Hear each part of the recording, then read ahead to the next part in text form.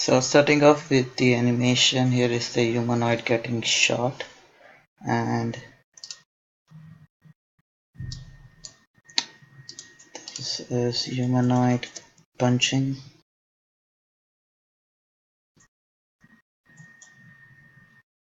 and by pressing K you can increase the speed of the animation, and now you can see it's increased speed. So basically that is just the increasing the current time. And so that being said, this is the clips for the teddy bear. Oh,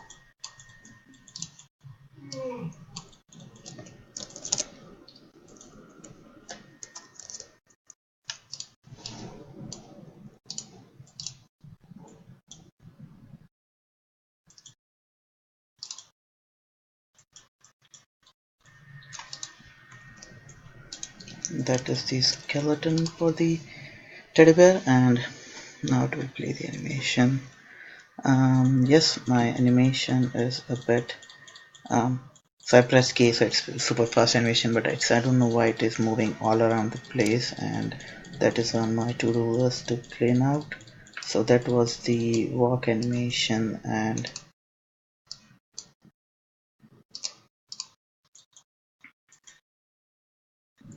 this is the idle animation. Let's talk about the code. Going on the converter side, for the getting the bone system, we go into the display hierarchy, and first if I check whether it is the steady or not, and that depends on what index do we start on, because the humanoid has like 3 extra bones that are junk before the main root one.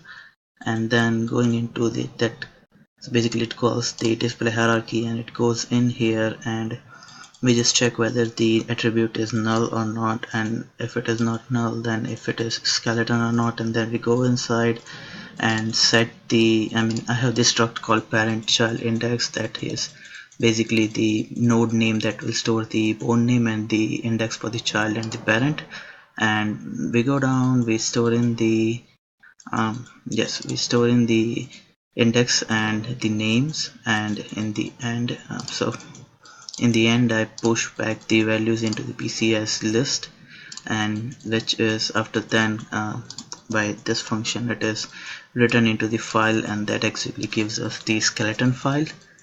Whereas when we go into the display animation function, that is for the getting all the frame data. So how we have what I have actually done is, basically there are two there's a frame head, there's a clip header that stores the number of frames in that clip, and then there's the frame bucket nodes that creates the number of frames into the bucket node headers. And bucket node header has the keyframe and the number of bones it has in that one, and frame bucket node holds the translation, rotation, and scale of the bones, whereas the what is its bone index and what is its keyframe, and then there's this padding thing.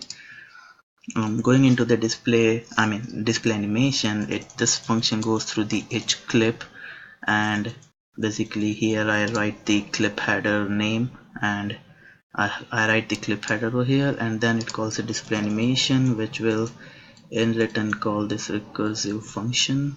This one recursive function, this one calls the recursive function, and this -3 and -1 is for the same reason that I said before, that it has the junk nodes before. And then it calls the animation, and over here we check whether these are the safeguarding, because these are stored as an bones in the these are stored in the p node into the skeleton, and it comes across and returns chunks, so we return that if it is that, or else we just call the recursively on the child count number. And over here we just get the data, and then current bone is the frame node, and that's where I write the data and I push back in, and that will give us the one clip file. And jumping on the engine side, I'll first show the this is the whole UML that me and Matt Fingold have made.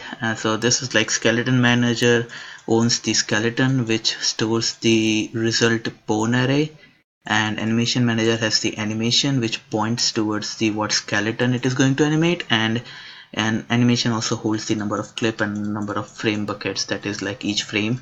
And game object animation holds like what skeleton it belongs to, because it needs this p bone while it is updating, and all the game, like it goes on both the sides. The skeleton on like points towards the game object anim, that is like the whole bone hierarchy system. For the reading of the data, I have two main functions called skeleton loader and the uh, clip loader. And in skeleton loader, in the add function, I also pass in the size what I need for the bones, because both of them needs the different.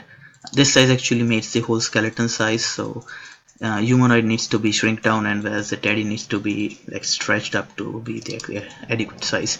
In the add function, I just read the whole thing into this p main buffer, and then start reading. Like first it gives the bone header that holds what number of bones it has, and then I have this whole array of the pointer towards the array of the whole list, and then I go down on this for loop and create a whole game objects. And to make this happen, I need to have this game object manager find function that finds with the number of index, and I'm sorry, return the game object anim, that is like the parent object, and then just game object calls the this one.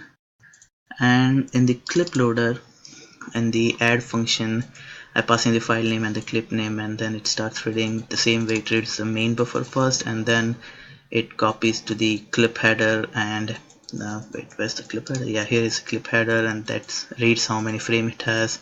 Then it creates the frame bucket and frame node buckets, and which I go through the for loop of it and set the whole frames in this way, and like add the frame buckets up and down and make the whole linked list of it.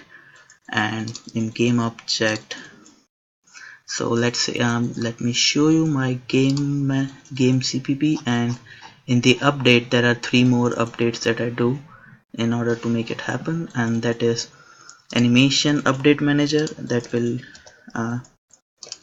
do the it finds the delta time and does the updates. So basically each animation holds its own current time that you need to like go increase up and down to increase the speed, and that will process animation. Then process animation goes through the each bucket and finds the TS, and then does the interpolation and all those stuff and store into the P result.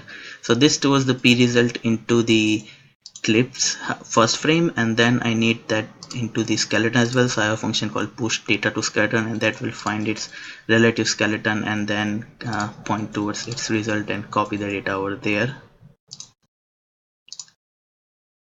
Going back to update loop, the game object update manager will call the game object anim update, and that basically does the whole applies the TSQ into its local, and then set the world from that local. I mean, it gets the parent's world and then applies its local into the parent and store into its own world.